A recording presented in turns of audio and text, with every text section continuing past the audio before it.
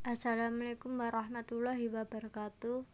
Yang terhormat Bapak Faturrahman Husain selaku dosen pembimbing mata kuliah hadis dan teman kelas manajemen dakwah doa yang berbahagia.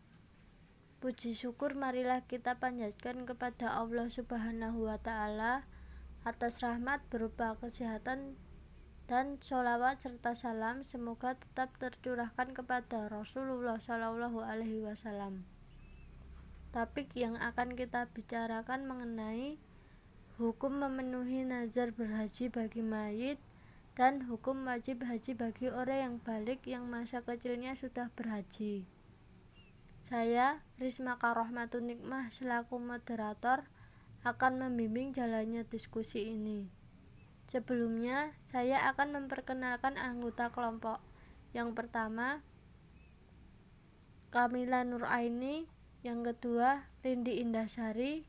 Yang ketiga, Anissa Fitri. Pemateri yang pertama akan disampaikan oleh Mbak Kamila. Waktu dan tempat saya persilahkan. Baik, terima kasih atas waktunya. Sebelumnya, saya ingin menyampaikan bahwa hadis yang kami kutip bersumber dari kitab Bulughul Maram. Kemudian, syarah hadis ini bersumber dari kitab Subulus Salam. Baik, langsung saja sebagai pemateri pertama, saya akan menyampaikan hadis mengenai hukum memenuhi nazar berhaji bagi mayit.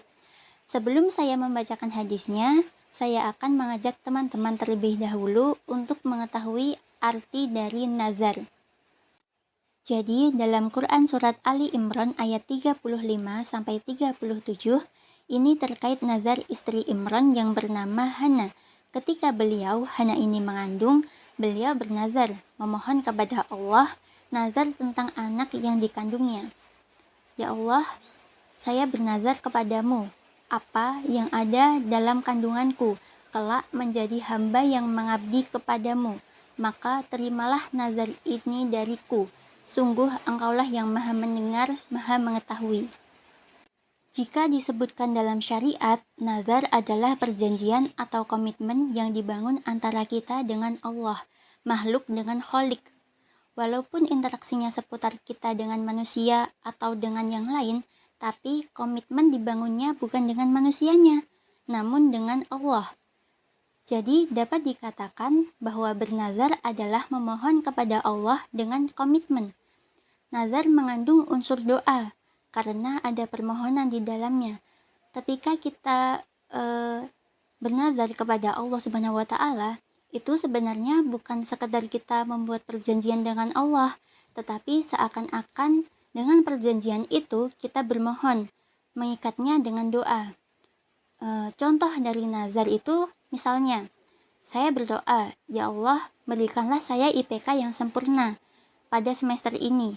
Maka, jika engkau kabulkan ya Allah, maka saya akan berpuasa 3 hari berturut-turut. Nah, seperti itu contoh dari nazar. Semoga teman-teman bisa memahaminya. Jadi, nazar adalah doa yang sudah diikat dengan perjanjian yang menghadirkan komitmen yang kuat. Di sini disebutkan nazar adalah doa yang sudah diikat dengan perjanjian. Apa hukumnya janji? Jika seseorang berjanji, maka harus ditepati. Ciri orang munafik adalah apabila ia berjanji, maka dia mengingkari. Teman-teman bayangkan, ketika kita berjanji dengan manusia saja, kemudian mengingkari sudah disebut dengan munafik, bagaimana dengan berjanji kepada Allah Subhanahu wa Ta'ala? Misalnya, saya membuat janji dengan teman-teman. Apabila saya diterima di UIN Raden Mas Said Surakarta, saya akan mentraktir teman-teman makan bakso. Nah, jika dalam kenyataannya saya diterima di UIN Raden Mas Said Surakarta, tetapi saya tidak mentraktir teman-teman makan bakso, maka apa yang terjadi? Pasti teman-teman akan kecewa. Terus bagaimana dengan janji kita kepada Allah? Kalau kita mengingkari, apakah juga Allah kecewa? Jadi teman-teman, nazar itu memiliki 2 syarat, yakni doa yang dimohonkan bersifat baik dan pengaplikasian dari nazarnya juga harus baik.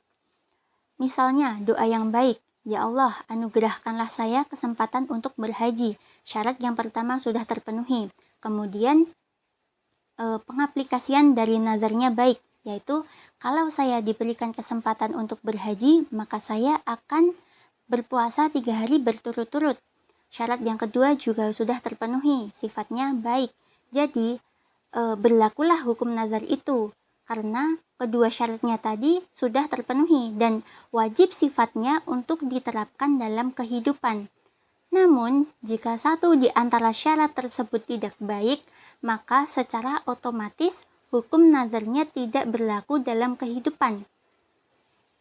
Atau juga bisa disebut batal dalam keadaan nazarnya.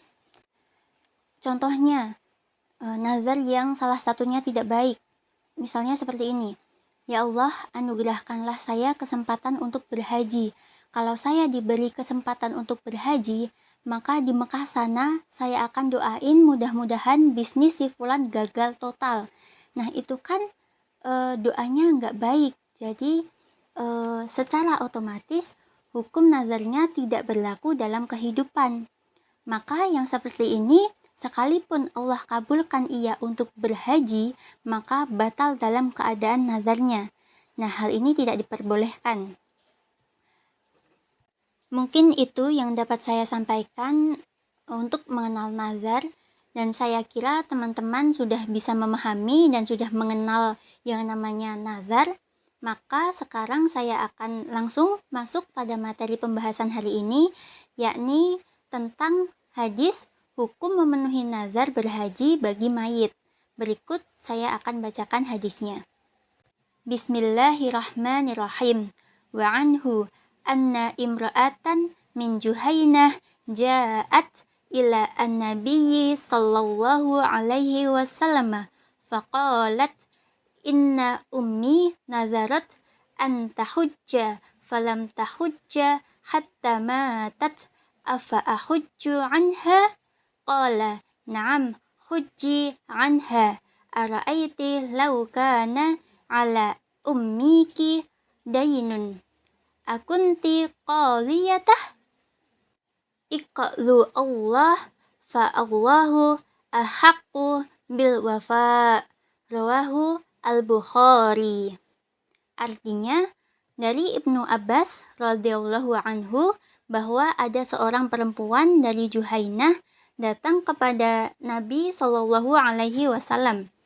Lalu berkata, "Sesungguhnya ibuku telah bernazar untuk menunaikan haji. Dia belum berhaji lalu meninggal. Apakah aku harus berhaji untuknya?" Beliau bersabda, "Ya, berhajilah untuknya. Bagaimana pendapatmu seandainya ibumu menanggung hutang? Tidakkah engkau yang membayarnya?